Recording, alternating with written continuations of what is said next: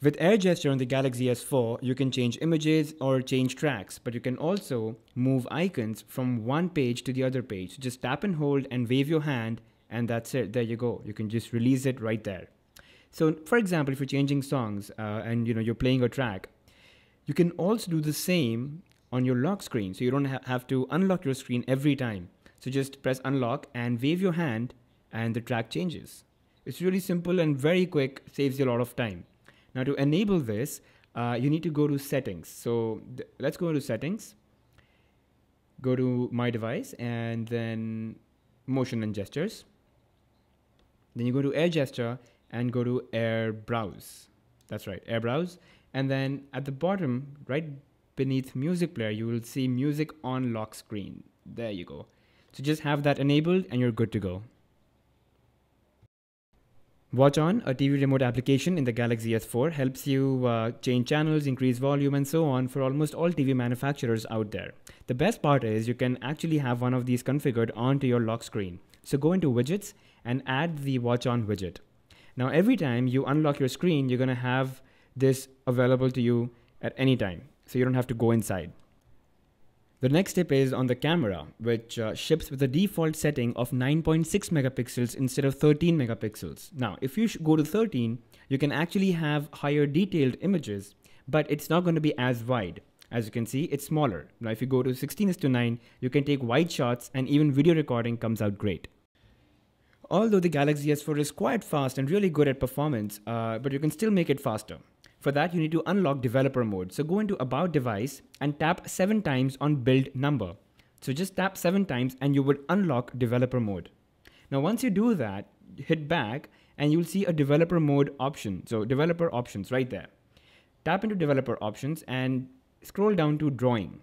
Over here, you're going to see 3 things: window animation scale, window transition scale, transition animation scale, and animator scale. Just put all of those to off.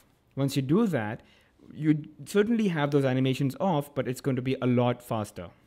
Something that went really unnoticed with the S3, the Note 2, and even maybe with S4 is blocking mode. Now what that does is, whenever you walk into a meeting, I'm sure there are times you just want everything to be switched off. No LED indicator, no alarm, no timer, no notifications from certain time to certain time. But you still want some contacts to be able to contact you. So blocking mode is perfect.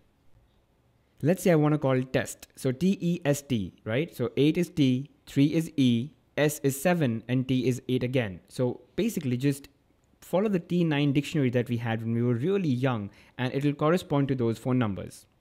Another thing that people don't know is that you can actually scroll and have a second level scroll.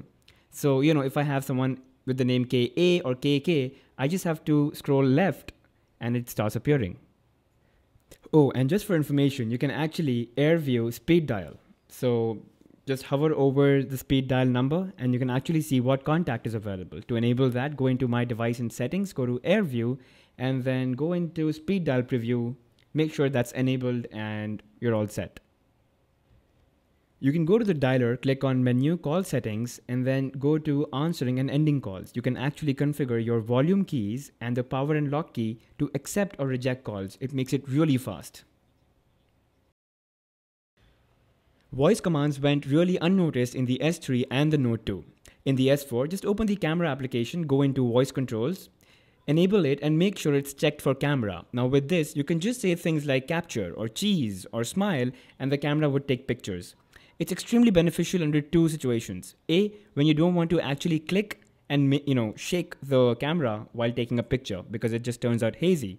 The other thing is you can actually configure your volume rocker to take pictures for you. So again, without actually pressing the shutter key, you can take a picture so you don't move your phone and pictures are absolutely clear.